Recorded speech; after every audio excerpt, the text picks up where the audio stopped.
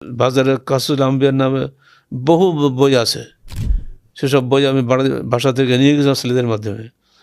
সব টালি করে দেখেছে কত অসংখ্য ভুল সেখানে আছে। 1187 খানা জীবনের মধ্যে শ্রেষ্ঠ পুরস্কার প্রাপ্ত আর রাহিকুল মাকতুমে শেষে প্রথমে যে রসুলের দেহ সৌষ্ঠব সম্পর্কে বর্ণিত 6টা জয়ীফ হাদিস আছে, সেটা আমি উল্লেখ করে দিয়ে দিয়েছি। এছাড়া তার জীবন তারিখ সম্পর্কে অনেক ভুল কথা সেখানে আছে। আর রাহিকুল মাকতুমের ভুল ধরাটা চারটিখানি বিষয় নয়, একটা শব্দ নিয়ে। আর রাহিকুল আরবির থেকে হি, একটা হি হবে কি হবে না, এই একটা শব্দ নিয়ে আমি 3 দিন খেটেছি। পরে দেখলাম যে ওটা ভুল। এমনি করে বইয়ের রন্ধ্রে রন্ধ্রে প্রতি পাতা এবং সত্রে এমন অনুভূতি আমার মিশে আছে, মনে পুরো বইটা আমি দেখতে পাচ্ছি। যে আর রাহিকুল মাকতুমে রসুল্লাহ সাল্লামের দেহ শৈষ্ঠব সম্পর্কে বর্ণিত 6টি জয়ীফ হাদিস সম্পর্কে, এই 6টি জয়ীফ হাদিস আমরা আজকে আপনাদের সামনে উপস্থাপন করতে যাচ্ছি। আত্মাহারিক টিভি, ওহির আলোয় উদ্ভাসিত জীবনের জন্য।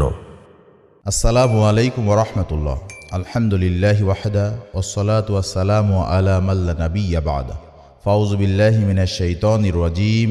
বিসমিল্লাহির রাহমানির রহিম। ওয়া ক্বালা আল্লাহু তাআলা আল্লাযীনা ইয়াসতামিউনাল কওলা ফায়াত্তাবিউনা আহসানাহু উলাইকা আল্লাযীনা হাদাহুমুল্লাহ ওয়া উলাইকা হুম উলুল আলবাব। মহান আল্লাহ রাব্বুল আলামিন তিনি বলেন যে যারা মনোযোগ দিয়ে কথা শোনে অতঃপর যেটা উত্তম সেটার অনুসরণ করে, আল্লাহ তাআলা বলছেন যে তাদেরকে আল্লাহ তাআলা হেদায়েত দান করেন এবং তারাই বুদ্ধিমান। তাহলে আমরা এখান থেকে জানতে পারলাম যে যারা মনোযোগ দিয়ে কথা শোনে, যেটা উত্তম সেটা অনুসরণ করে, তারাই আল্লাহর পক্ষ থেকে হেদায়েত পান এবং তারাই বুদ্ধিমান। আজকে আমরা আপনাদের সামনে খ্যাতনামা তাবি আব্দুল ইবনে মুবারক রাহিমাহুল্লাহর একটি উক্তি, তিনি বলছেন যে সহিহ হাদিসই যথেষ্ট জয়ীফ হাদিসের চাইতে। আর আমাদের সিরাতুর রসুল সাল্লাল্লাহু আলাইহি সাল্লাম গ্রন্থের লেখক মোহাম্মদ আসাদুল্লাহ গালিব স্যার তিনি বলেছেন যে একটি সহিহ সিরাত গ্রন্থই যথেষ্ট জয়ীফ সিরাতের চাইতে। আমরা আজকে একটি বিষয় নিয়ে আলোচনা করতে এসেছি, সেটা হলো যে আর রাহিকুল মাকতুমে রসুল্লাহ সাল্লাল্লাহু আলাইহি ওয়াসাল্লামের দেহ শৈষ্ঠব সম্পর্কে বর্ণিত 6টি জয়ীফ হাদিস সম্পর্কে।